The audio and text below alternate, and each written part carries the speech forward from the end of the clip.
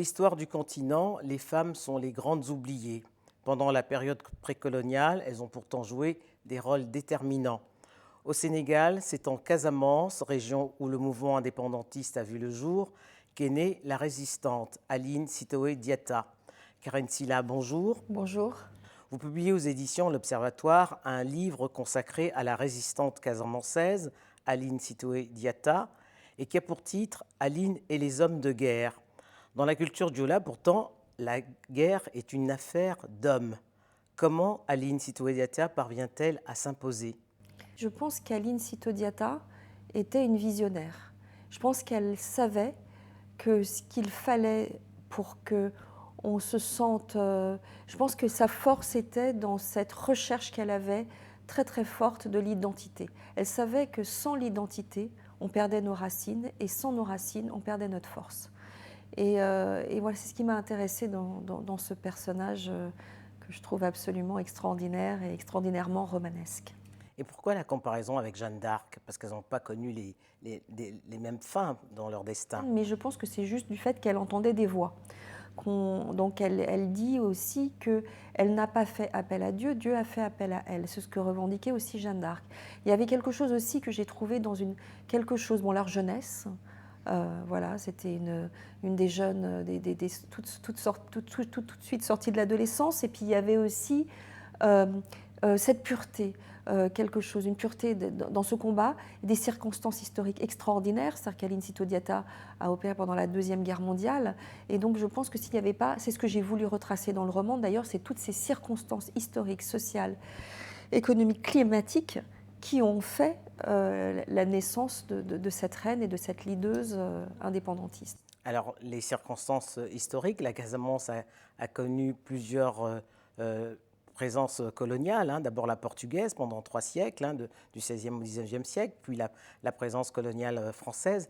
Laquelle a été la plus rude pour les populations ? D'abord la portugaise avec l'esclavage. Voilà, les hommes étaient vraiment traités comme des animaux, les gens sur place. Et puis la plus difficile après la colonisation pour moi, c'est bien évidemment que je considère le colonialisme un crime contre l'humanité. Et ce que j'ai voulu faire avec Aline Sitoé Diatta, c'est de mettre en avant une héroïne femme africaine, comme il en existe tellement, qui se sont battues, qui ont résisté, qui avaient une pensée extrêmement précise, qui viennent de cultures comme la culture diola, qui est une culture extrêmement très riche, avec une véritable intelligence, une sagesse, qui tend aussi vers la liberté, vers l'égalitarisme, qui pour eux, déjà au XVe siècle, quand sont arrivés les Portugais, c'était difficile de faire des diolas les esclaves, parce que c'est quelque chose pour eux qui, bon, pour aucun être humain, mais il y a quelque chose dans l'être diola qui ne peut pas concevoir qu'un être puisse être inférieur à un autre. Comment la résistance paysanne, menée par Aline Sitoé Diatta, parvient-elle à tenir tête aux colons ? Parce qu'à cette époque-là, les résistances sont conduites par des royaumes, et notamment c'est le chef qui porte la résistance. Et quand le chef tombe, le royaume s'éteint aussi. Oui, mais elle a fait des choses, énormément de choses en très peu de temps. Et ce qu'elle a fait, elle l'a fait de façon extrêmement pratique, extrêmement concrète. Déjà, elle rétablit le jour sacré, qui est le jour de la prière, le jour où on se rassemble, le jour diola, qui était imposé comme travail forcé, donc le 7e jour. Donc déjà, elle dit, on commence demain matin. Donc demain matin, on arrête de travailler ce jour forcé. Le respect des traditions. Le respect des traditions.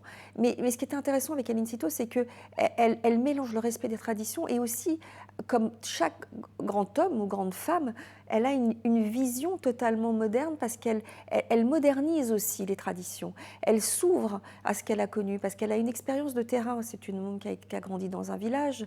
Elle a écouté les contes et les légendes de lesquelles elle s'est passionnée, et puis elle va travailler comme docker à Ziguinchor, et donc elle comprend ce qui se passe avec les mouvements comme ça de mondialisation, où elle comprend les richesses comme ça qui quittent son pays, puis elle va travailler comme bonne à Dakar, et donc du coup elle a une expérience du terrain qui va faire qu'elle va se révolter déjà contre l'impôt, l'impôt forcé qui écrase la population.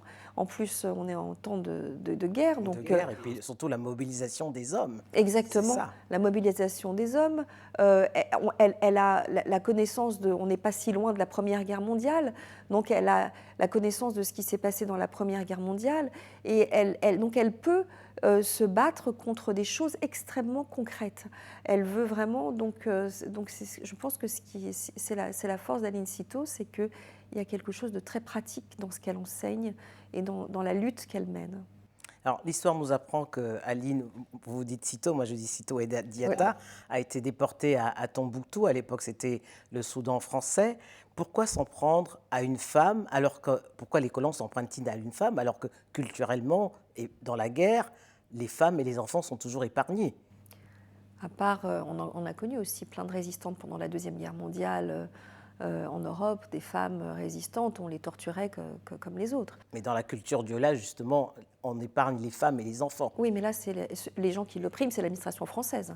Tout à fait, mais c'est là qu'on en revient aux faits sociologiques, c'est-à-dire que les colons arrivent et ils ne tiennent pas compte du vécu de ces populations-là. Exactement, c'est-à-dire que quand ils arrivent, et en fait, il y a quelque chose aussi aujourd'hui que je continue à entendre, c'est-à-dire que j'ai été interpellée plusieurs fois dans l'écriture de ce livre par des gens qui m'ont dit « mais vous savez, ça m'est arrivé 2 fois pendant l'écriture de ce livre qu'on me dise « vous savez, mon grand-père était, ou mon arrière-grand-père était gouverneur au Sénégal, où on a travaillé dans l'administration ». Mais avec tellement de fierté que j'ai été en fait choquée par l'ignorance, par le manque de devoir de mémoire qu'il y a eu dans l'éducation nationale française de qu'est-ce qu'était le colonialisme.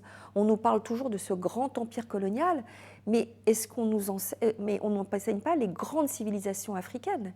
Et si on n'avait pas détruit ces traditions, si on n'avait pas divisé ces peuples, si on avait, mais l'Afrique a tellement de choses à nous apprendre, et une civilisation tellement riche, plurielle. Et c'est ce que je déplore aujourd'hui, parce que et puis j'avais envie de mettre en avant pour toutes ces jeunes femmes, ces jeunes hommes issus de l'immigration, ou encore africains, de pouvoir lever les yeux sur un modèle. Cette femme, pour moi, a été un modèle, d'avoir une référence, et on a besoin de rêves, on a besoin d'exemples, on a Mandela, on a Martin Luther King, on a le Mahatma Gandhi, on a Malcolm X, on a eu tellement d'hommes qu'on a mis en avant, dont on a fait des films, des romans, des fictions, et avec le trajet d'Aline Citeau Diatta, il n'y avait aucune œuvre romanesque ou de film qui mettait en avant cette héroïne qui est voilà. Alors vous comprenez pourquoi le chef du mouvement indépendantiste casamançais, l'abbé Diamacoune Senghor, a exigé que Aline Diatta soit érigée au rang de héros national, tout comme l'a été Lat Dior, qui lui aussi a chassé les colons dans le royaume du Cayor. Oui, bien sûr. Voilà, moi, tout combat pour mettre l'héroïsme aussi des femmes en avant est un combat utile et majeur. Après, moi, voilà, ce que je continue à dire, c'est que moi, je suis pas, je fais de la politique malgré moi, parce que je pense qu'il est difficile de toucher au social sans que ça devienne politique. Mais moi, mon combat... Mais c'est une manière aussi de la réhabiliter. De la réhabiliter.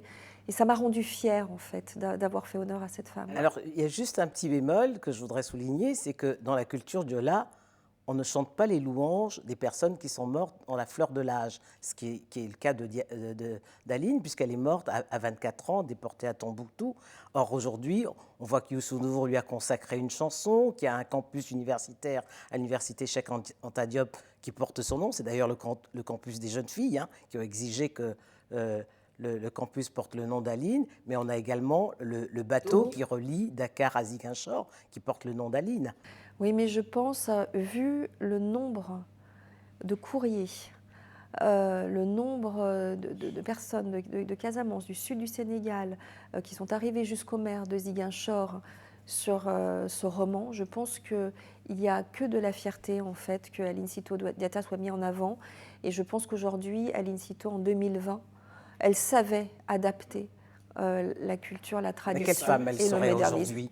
Quelle femme elle serait aujourd'hui? Comment vous la voyez?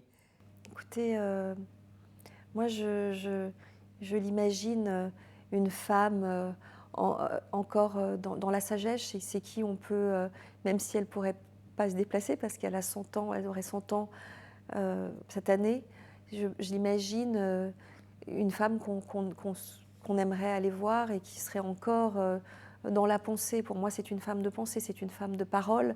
Et je pense que parler d'elle aujourd'hui, c'est aussi lui redonner la parole qu'on a étouffée à un si jeune âge. On l'a étouffée à 24 ans, cette parole. Donc continuer, pour moi, à continuer à répandre cet acte de... Je pense qu'elle aurait son mot à dire dans Black Lives Matter.